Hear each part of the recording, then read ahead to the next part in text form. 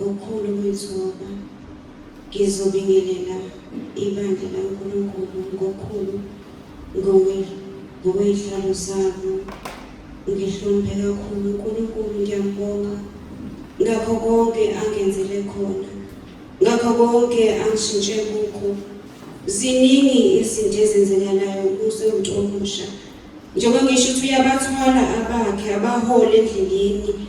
umuntu omusha kunzima ukuthi ushintshe impilo yakho kodwa uNkulunkulu wawenza umusa kimi wangikhanyisela wangivezela ukuthi kufanele ngimbonge yena yedwa ngoba namhlanje ngiyaphefumula nguye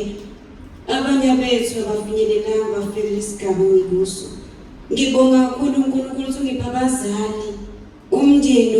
onakekelayo umndeni ohlengayo umndeni othi noma uphambuka endleleni ukwazisa ngezwi laNkulunkulu ukubonisa indlela wavula mina nami izindlebe zami uNkulunkulu ukuthi ngimlalele wangenza mina ngumuntu omusha ukuthi mina I have to ngishintshe impilo yami ngoba ngikwenzile kuningi ngona ngendlela engona ngayo bengilala ngisho ebusuku ngathi ngilala amaphupho bengiwaphuphayo bengamahle ephupheni kwami ngikhange ngiphuphe ngizibone ngathi ngisemkhathini ngendlela ngathi kunabantu abangithathayo kuleso sigaba sempilo kodwa ngoba ngangena phakathi kwale ndawo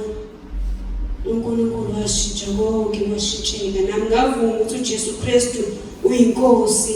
ngathi mangilibiza lesi sifungo sithi uJesu Kristu uyinkosi akuphindanga ngayibona lempilo bese ngiyiphila akuphindanga kwenzeka lokho bekwenzeka kimi ngaphamva kwalokho uNkulunkulu wathi step esilandelayo vuma izono zakho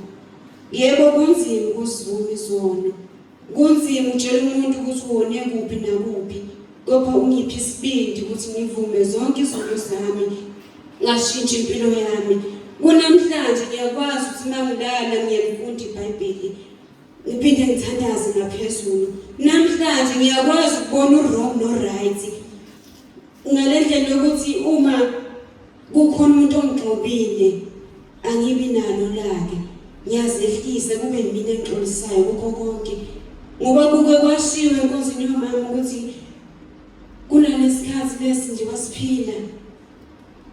la khona usathana khumbuza khona izinto ezenzekile empilweni yakho uzohlehla iphindele emuva bathi susa lo mthwalo semahlombe akho ususe namhlanje leli dwala elithwele lethule ngilethulile mina idwala kimi ngahamba ngayoxolisa kubo bonke bebengonile bebengone ngalendlela yokuthi impilo yami bese ngitshela ukuthi singayibulala noma yini ngendlela ekwakwenzeke ngayo kodwa ngiyambonga uNkulunkulu ngalomusa ongaka ngiyambonga nokuthi ngike ngastrugglisha ngifuna ama-application form ukuthi ngifunde izinto zingenzeka ngaqeda 2020 isikole kodwa kwanzima empilweni ngazama kodwa kuthe kulo nyaka izinto zashintsha ngoba liyasho lezilapho ukuthi mbize yena eseseduze mfune yena esinokutholakala ngambiza uNkulunkulu athi baba anginamahloni ngawe ngokushilo ukuthi ubona amahloni ngawe nawe uba namahloni ngaye ngambiza uNkulunkulu ngamcela Nkosi ukuthi ngihlalile somandla naye manje ngisafuna nami ngifuna ufane ingane zonke nami ngiphile impilo eqondile uNkulunkulu wangenzela umusa ikhole zavuleka ngawathola ama-acceptance, ngawathola Mesiya, ngawathola kuJehova, ngawathola kukho konke Nkosi. Ngonyaka ozayo ngizoqala ukufunda ngathi uNkulunkulu engaba nathi asigcine sonke asihole endleleni yonke ngoba uyena yedwa ophilisayo. Uma ungamdawuthi uNkulunkulu umtshela konke uzakwenzela. Uke washo umkhulu ukuthi uma uhlala kuyo uNkulunkulu ungamdawuthi,